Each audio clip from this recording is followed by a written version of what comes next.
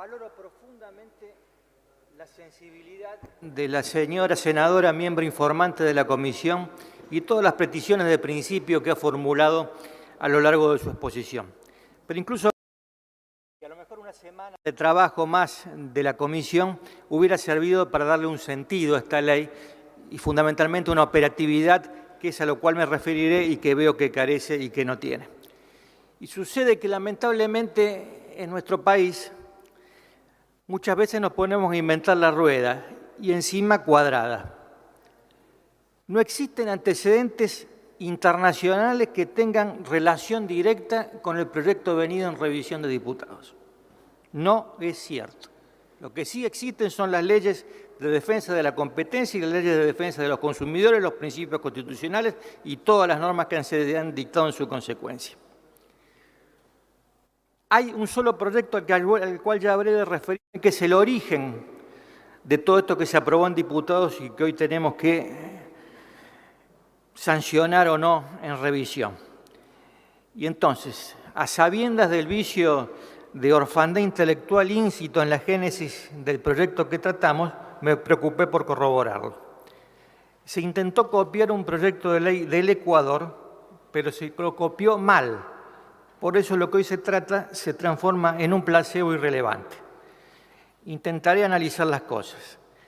A mi ver, el Congreso de la Nación no tiene por qué legislar sobre normas con nivel de reglamentaciones de la Secretaría de Comercio Interior, ya sea nacional o de las provincias. Ya sé que se me contestará que en la norma bajo examen es el comercio interior lo que está en juego y eso es de toda la nación, con lo cual queda superada cualquier objeción. Admitamos que es así, para no perder tiempo. Total, las grandes superficies son cadenas nacionales y no están pendientes de leyes provinciales ni de ordenanzas municipales. Pero también compréndase que la falta de entidad de esto de andar midiendo góndolas con 1 centímetro para hacerlo ley de la nación pasa, por así decirlo, a un ridículo legislativo del cual es difícil volver, como de cualquier ridículo. Si es el Ministerio de Producción y la Secretaría de Comercio, que dependen del mismo, quien tiene que ocuparse de la defensa de la competencia, del abastecimiento asegurado para el pueblo, de la lealtad comercial y de todo aquello que ya está legislado. ¿Para qué ponernos entonces en reglamentaristas a nivel de inspectores prácticamente municipales? Está bien, es parte de la política configurar ilusiones y de vez en cuando concretar algún hecho. Por eso, esto, que hoy hay que presentarlo como un avance, yo lo entiendo y lo asumo perfectamente. Es más, así podría pedirle un té ahora a la ordenanza, que no me hará ni bien ni mal, votar favorablemente la revisión, de lo cual adelanto por parte mía y por parte de la generalidad de nuestro interbloque, no hará tampoco ni bien ni mal. Pero trato, señora presidenta, de no ser un desprevenido. A comienzos del año 2016, el entonces ministro de Hacienda, Alfonso de Prat-Gay, anunciaba la existencia de una idea de copiar una ley de Ecuador para darle cabida a los productos de economías locales, regionales, de pymes y de cooperativas a fin de instaurar la mejor y libre competencia. La ley extranjera que cito, en definitiva el origen de todo esto, era la Ley Orgánica de Regulación y Control de Poder de Mercado, impulsada en el año 2011 por el expresidente de Ecuador, Rafael Correa, para impedir que las posiciones dominantes del mercado de consumo masivo distorsionaran los precios, perjudicando a los consumidores. Se le impuso en Ecuador, por eso hasta eso copiamos, el título popular de Ley de Góndolas, porque no se podía destinar una góndola completa a una sola marca. Ahora bien, hubo una impulsora legislativa primigenia del proyecto en nuestro país que no entendió absolutamente nada. Se quedó en el aspecto exhibicionista de la marca, del producto, del bien de consumo en el negocio, sin darse cuenta que el problema no era ese, sino el de la obligatoriedad de compra por las grandes cadenas, por las firmas con mayor espalda, con mayor nivel de concentración, y luego la exhibición de los productos que no son, desde luego, elaborados por las grandes marcas del mercado.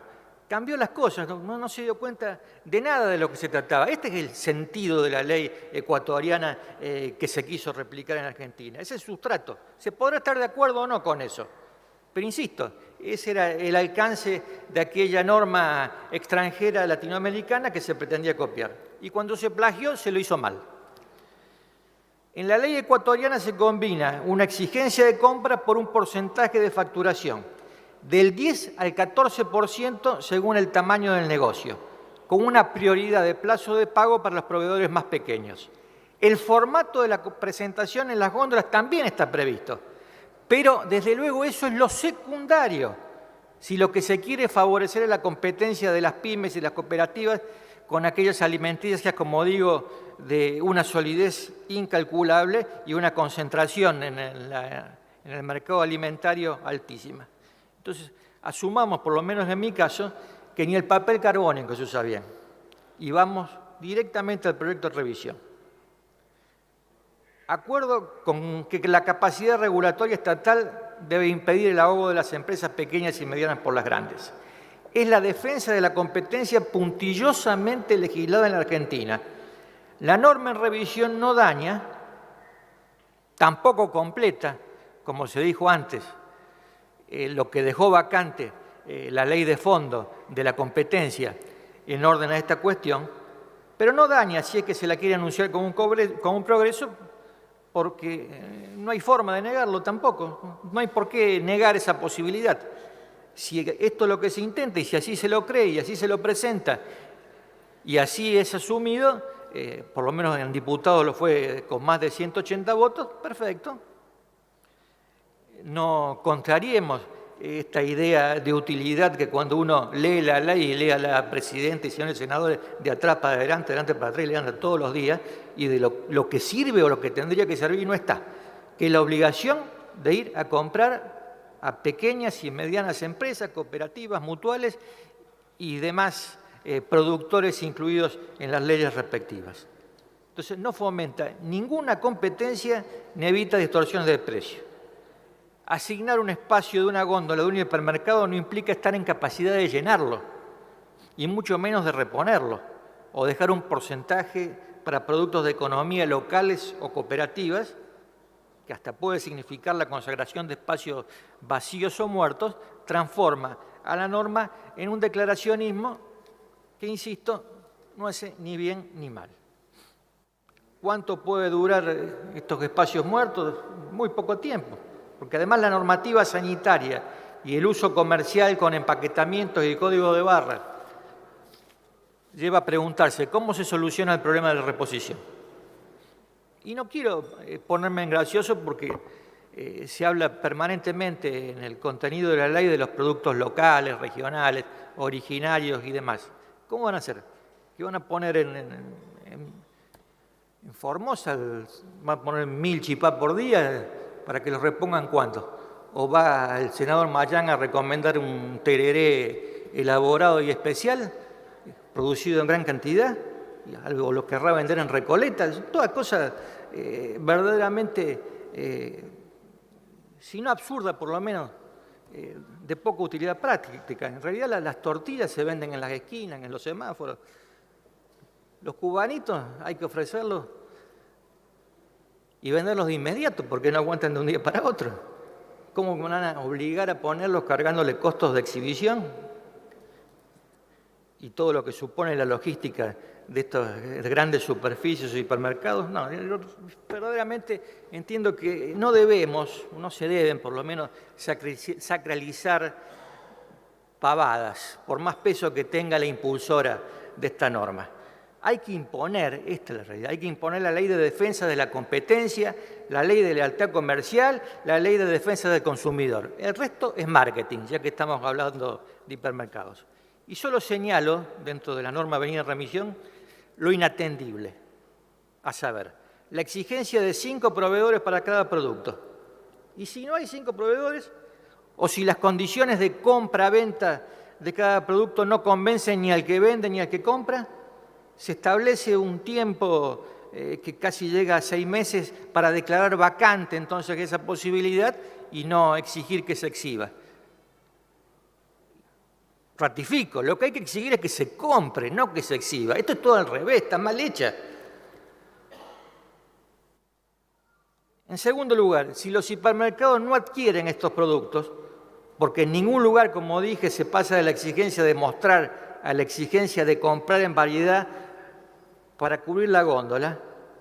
¿Cómo se favorece a las pymes y a los demás productores a los cuales se refirió la señora senadora informante? Y véanlo, en todos los lugares de la ley no está. Se establecen también en la norma plazos prioritarios de pago para las pymes, lo cual está muy bien, así como la prioridad en el cobro de un trabajador en un concurso y así, de ese modo favorecer entonces el desarrollo de la pequeña y mediana empresa que no tiene el capital de las grandes alimenticias. Perfecto, puede ser. Ahora, ¿a quién le van a imponer el pronto pago si antes no se estipula la obligatoriedad de un porcentaje de compra? A nadie. Entonces, cuando un eslogan, y esto empezó como un eslogan, y no es patrimonio del actual oficialismo esa idea marketinera, y quiere transformarse en ley, pasan estas cosas. Porque la obligación de posibilitar espacio, que es la que consagra la ley, no es la obligación de comprar, no obliga a comprar. Lo podríamos haber arreglado. Un apuro que comprendo, pero que no comparto, llevó a que hoy discutamos de este modo. Por último, es indiscutible la necesidad de que el Estado equilibre las cosas en pos del bienestar general. Entonces, ¿para qué introducir organizaciones no gubernamentales con licencia para matar, por supuesto ad honorem, donde hay una función indelegable del Estado? Acá se trata de un problema de igualdad de oportunidades de comercialización, donde quienes no producen poco tienen para hacer y mucho menos para actuar.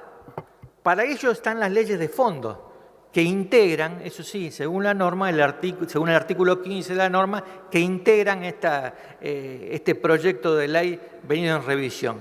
Lo integran, pero no lo mejoran absolutamente para nada, no superan ni un ápice aquello ya legislado en el fondo de nuestras normas nacionales, como dije, la defensa de la competencia y también la defensa de usuarios y consumidores.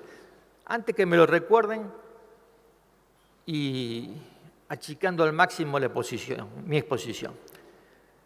Hablo representando una fuerza política que ha fracasado en su gobierno, en su política económica. Pero en mi caso no quedé castrado para advertir. El nuevo gobierno, que como todos y como todos, día a día se va poniendo viejo, tiene todo el derecho a los anuncios positivos o aparentemente favorables, como este que hoy se va a aprobar. Lo que no debemos todos y todas las fuerzas políticas es continuar generando frustraciones colectivas configuradas con fuerza de ley, como es lo que hoy votaremos afirmativamente en general, con alguna abstención que se debe a una coherencia con la actuación anterior en diputados, porque así corresponde. Está explicada entonces nuestra posición. Nosotros de ninguna manera vamos a oponernos a aquello que aparece como un progreso o como una mejora para la sociedad o para los sectores de menores recursos o que beneficia a las pequeñas y medianas empresas, a las cooperativas, a las economías locales y regionales frente al aplastamiento normal de las grandes cadenas, pero tampoco vamos a pasar por acá muy ligero y muy rápido sin decir que no se dieron cuenta cómo era la cosa y que no están sancionando obligaciones de compra para aquellos que tanto facturan, como era la ley que se intentó copiar y simplemente se quedaron en un problema estético de porcentaje de exhibición en las góndolas. Con lo cual, la ley que aprobaremos no servirá absolutamente para nada. Gracias, Presidenta.